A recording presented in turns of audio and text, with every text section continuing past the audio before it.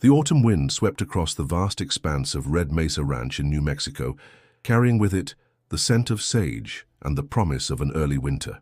Dorothy Martinez had called this land home for 37 years, inheriting the sprawling cattle ranch from her late father when she was just 25. Now at 62, she knew every ridge, every arroyo, and every hidden spring across the 15,000 acres that stretched toward the distant Sangre de Cristo Mountains. On that crisp October morning in 2008, Dorothy stepped onto her weathered front porch, her boots echoing against the wooden planks. The sun was just beginning to paint the mesa tops in shades of gold and amber. She whistled sharply, a sound that had summoned her 3 loyal companions every morning for the past 8 years. "Duke, Ranger, Bella," she called out, her voice carrying across the yard. "Come on, you lazy mutts." Duke, a massive German shepherd mix with intelligent brown eyes, was usually the first to bound around the corner of the barn. Ranger, a border collie whose black and white coat gleamed in the morning light, typically followed close behind, his tail wagging with boundless energy. Bella, the smallest of the 3, was a scrappy cattle dog mix whose loyalty more than made up for her size. But this morning, the yard remained silent except for the gentle lowing of cattle in the distance and the whisper of wind through the cottonwoods. Dorothy frowned, adjusting the brim of her worn Stetson. In all the years she'd owned the dogs, they had never failed to respond to her morning call. She walked toward the barn, her spurs jingling softly with each step. "Duke, where are you, boy?" she called again, her voice taking on a note of concern. The barn was empty except for her 2 horses, Cisco and Luna, who nickered softly at her approach. The feed room showed no signs of disturbance, and the dogs' water bowls sat full and untouched from the previous evening. Dorothy's unease grew as she expanded her search. She checked the equipment shed, the old chicken coop, and even the root cellar where the dogs sometimes sought cool refuge during the hottest summer days. Nothing.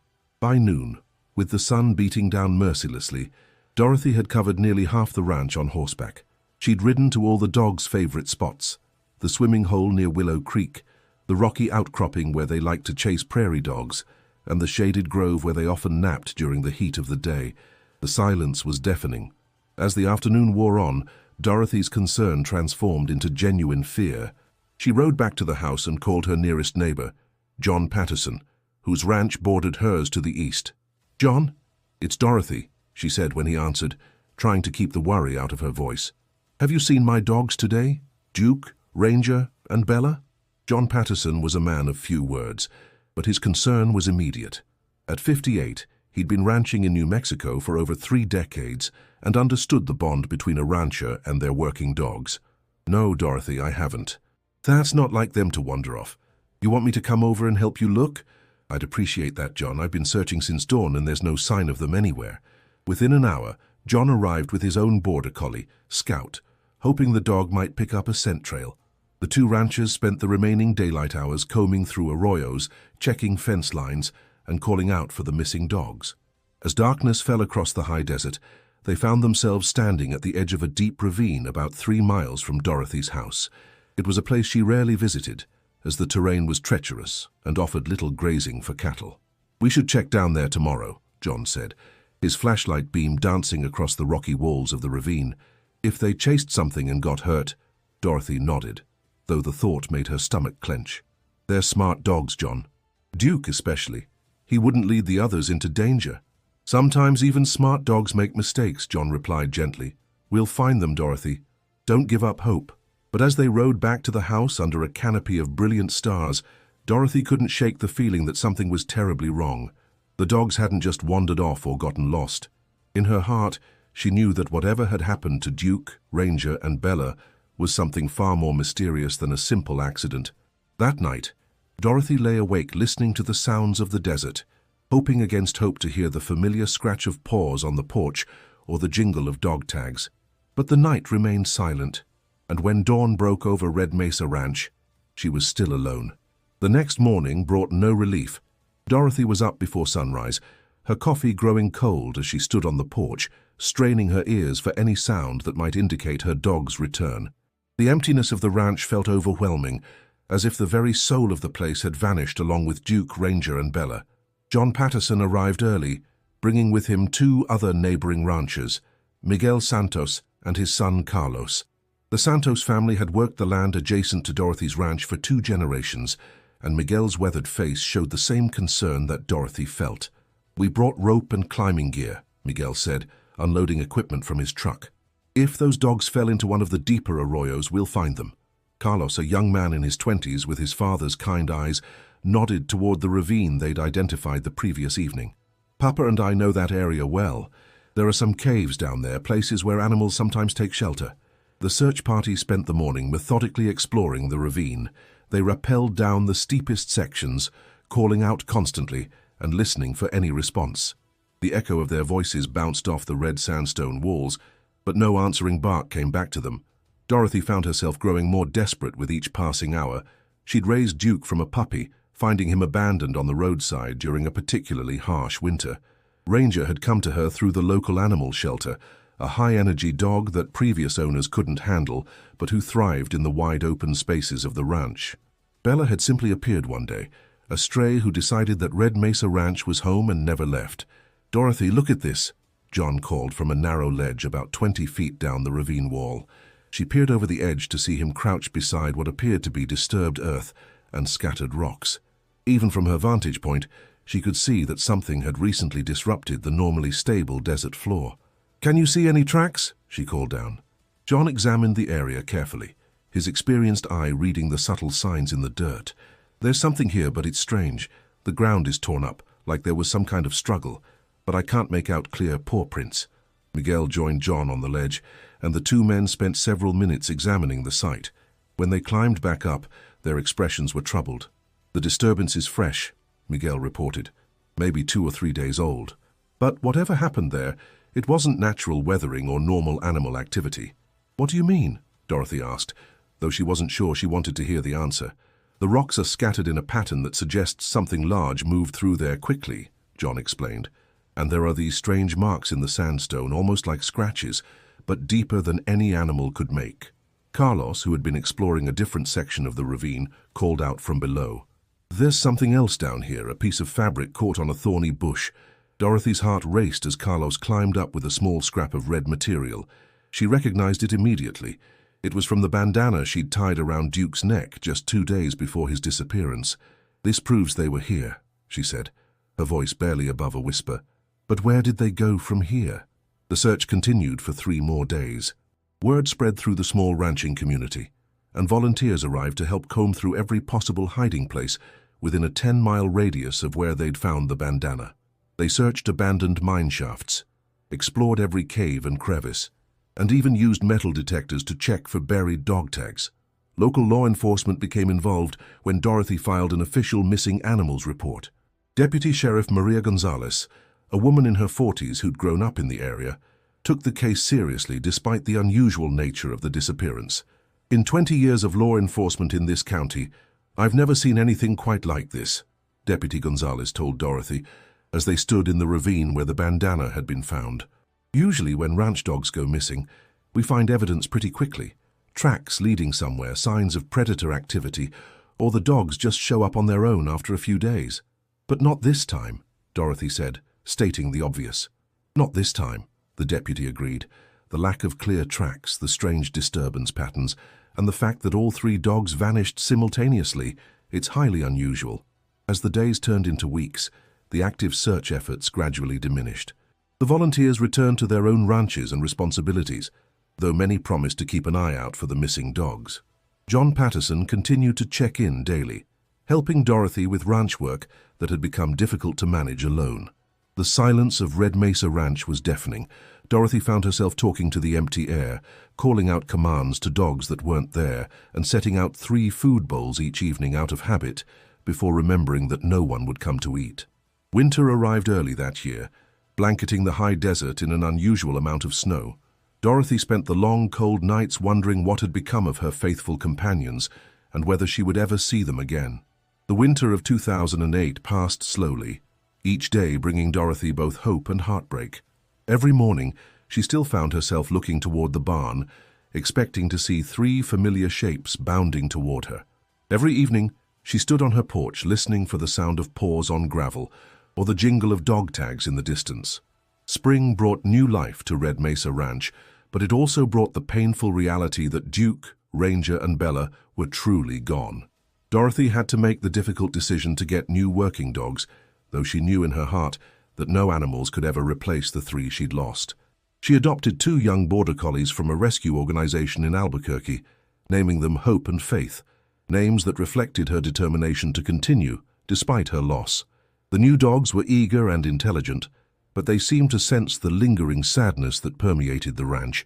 John Patterson remained a constant source of support, helping Dorothy adjust to life with her new companions, while never giving up hope that the original 3 might someday return. He'd expanded his own search efforts, checking remote areas of his property that bordered the mysterious ravine where the bandana had been found. "I've been thinking about that night they disappeared," John said one evening as he and Dorothy sat on her porch, watching the sunset paint the mesas in brilliant oranges and purples. "There was something different about the air that night, something I can't quite put my finger on." Dorothy nodded. She'd felt it too, an electric tension in the atmosphere, as if the very desert itself was holding its breath. The cattle were restless that night, she remembered, and the horses kept looking toward the eastern pasture, ears pricked like they were hearing something I couldn't. As the years passed, the mystery of the vanishing dogs became something of a local legend. New ranchers moving to the area would hear the story and offer their own theories, ranging from the practical to the fantastical.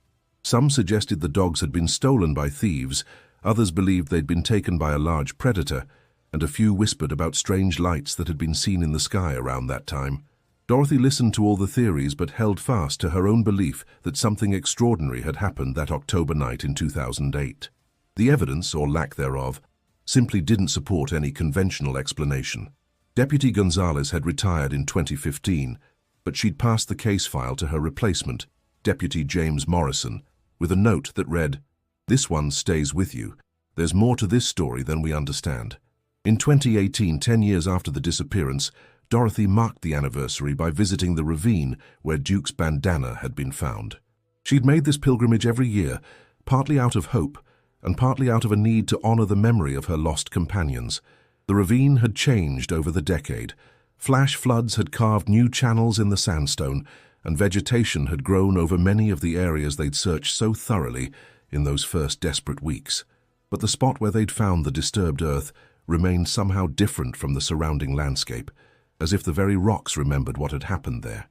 Dorothy was 67 now, her hair more silver than brown, her hands more weathered from years of ranch work. Hope and Faith had become excellent working dogs, but they'd never quite filled the void left by Duke, Ranger, and Bella. "I know you're out there somewhere," she whispered to the desert wind. "I don't know where and I don't know how, but I know you're still out there." The wind seemed to carry her words across the vast expanse of New Mexico landscape, past the mesas and arroyos, beyond the distant mountains, to places she couldn't imagine. And somewhere, in a way she couldn't understand, Dorothy felt certain that her words were heard. As she prepared to leave the ravine that day, something caught her eye, a glint of metal partially buried in the sand near the base of a large boulder. Her heart racing, she knelt and carefully brushed away the accumulated dirt and debris. It was a dog tag, tarnished and scratched, but still readable. Ranger, Red Mesa Ranch, Dorothy Martinez. Dorothy clutched the tag to her chest, tears streaming down her weathered cheeks. After 10 years, it was the first new evidence of what had happened to her beloved dogs. But rather than providing answers, the discovery only deepened the mystery. How had Ranger's tag ended up here, in a place they'd searched dozens of times over the years? And where was Ranger himself? 14 years had passed since that fateful October night in 2008. Dorothy Martinez, now 76, moved more slowly around Red Mesa Ranch, but her spirit remained as strong as the desert wind that had shaped her life. Hope and Faith, her border collies, were now middle-aged dogs themselves, and she'd added a young German shepherd named Courage to her pack. The mystery of Duke, Ranger, and Bella had become a part of her daily existence, like the sunrise and sunset that marked each day. She still visited the ravine annually, still kept Ranger's recovered tag in a place of honor on her mantelpiece, and still felt the presence of her lost companions in the vast silence of the high desert. On a crisp morning in November 2022, Dorothy was checking the water tanks in her eastern pasture when Courage suddenly stopped, his ears pricked forward, his body tense with attention. Hope and Faith joined him, all three dogs staring intently toward a distant ridge. "What is it, boy?" Dorothy asked, following their gaze. At first, she saw nothing unusual, just the familiar landscape of red rock and scattered juniper trees. But then, silhouetted against the morning sky, she spotted a lone figure moving slowly along the ridgeline. It was a dog. Dorothy's heart began to race as she pulled out her binoculars. The animal was moving with the careful gait of an older dog, picking its way deliberately across the rocky terrain. Even at this distance, something about its size and coloring seemed familiar. "Easy, guys," she whispered to her dogs, who were whining softly, as if they too sensed something extraordinary about the approaching animal. As the lone dog drew closer, Dorothy could see that it was indeed an older German shepherd mix, its coat grizzled with age, its movements showing the careful deliberation of advanced years. When it was still about 100 yards away, the dog stopped and looked directly at her. Dorothy's breath caught in her throat. Those eyes, intelligent, brown, and unmistakably familiar, belonged to Duke. "Duke," she whispered, hardly daring to believe what she was seeing. "Duke, is that really you?" The dog's ears perked up at the sound of his name, and he began moving toward her again, his pace quickening despite his obvious age. Dorothy dropped to her knees, tears streaming down her face as the impossible became reality. Duke was older, much older than he should have been after 14 years. His muzzle was completely white, his gait showed the stiffness of advanced arthritis, and his coat had the thin, patchy appearance of a very elderly dog, but it was unmistakably him. When he reached her, Duke collapsed into Dorothy's arms with a soft whimper, his tail wagging weakly but persistently. She buried her face in his familiar fur, sobbing with a mixture of joy and disbelief. "Where have you been, old boy?" she whispered. "Where have you been all these years?" Hope, faith, and courage approached cautiously, their instincts telling them that this was a significant moment. Duke acknowledged them with gentle sniffs, but remained focused on Dorothy, as if he'd traveled an impossible distance just to see her again. Dorothy carefully examined her long-lost companion. Despite his advanced age, he appeared to be in relatively good health, though significantly underweight. Most puzzling of all, he wore a collar she'd never seen before, a simple leather band with no tags or identification. She helped Duke to his feet and slowly made her way back to the ranch house, the other dogs forming a protective circle around their unexpected visitor. With each step, Dorothy's mind raced with questions that seemed to have no logical answers. How had Duke survived 14 years in the desert? Where had he been all this time? And most mysteriously of all, why did he appear to have aged far more than the 14 years he'd been missing? That evening, after Duke had eaten his first meal at Red Mesa Ranch in over a decade and was resting comfortably on his old bed in the kitchen, Dorothy called John Patterson. "John, you're not going to believe this," she said, her voice still shaky with emotion. "Duke came home today." The silence on the other end of the line stretched for several seconds before John responded. "Dorothy, are you sure? I mean, after all these years?" "I'm sure, John. It's him. Older than he should be, but it's definitely Duke." John arrived within the hour, his own disbelief evident as he knelt beside the elderly German shepherd. "I'll be damned," he said softly. "It really is him. But Dorothy, this doesn't make sense. He looks like he's aged 20 years, not 14. "I know," Dorothy replied. "Nothing about this makes sense, but I don't care about the how or the why right now. I'm just grateful he's home." Over the following days, Duke slowly regained his strength. A veterinary examination revealed that while he was indeed very old, he was in remarkably good health for a dog of his apparent age. The vet estimated him to be at least 18 years old, possibly older, which would have made him ancient by dog standards. But the most mysterious discovery came when Dorothy decided to return to the ravine, where Ranger's tag had been found years earlier. She wanted to see if Duke's return might provide any clues about what had happened to Ranger and Bella. As they approached the familiar red sandstone walls, Duke became increasingly agitated. He whined and paced, looking repeatedly toward a section of the ravine wall that Dorothy had never paid particular attention to before. Following Duke's lead, she discovered something that made her heart stop. There in the rock face was a narrow fissure that seemed to glow with an inner light. The opening was barely wide enough for a person to squeeze through, and it appeared to extend deep into the mesa itself. Duke sat down in front of the fissure and looked back at Dorothy, his brown eyes holding an intelligence that seemed almost human. In that moment, She understood that this was where her journey of discovery would truly begin. As Dorothy stood before the mysterious opening in the rock, with her aged companion beside her and the vast New Mexico sky stretching overhead, she realized that Duke's return was not an ending but a beginning. Somewhere beyond that glowing fissure lay answers to questions she'd carried for 14 years.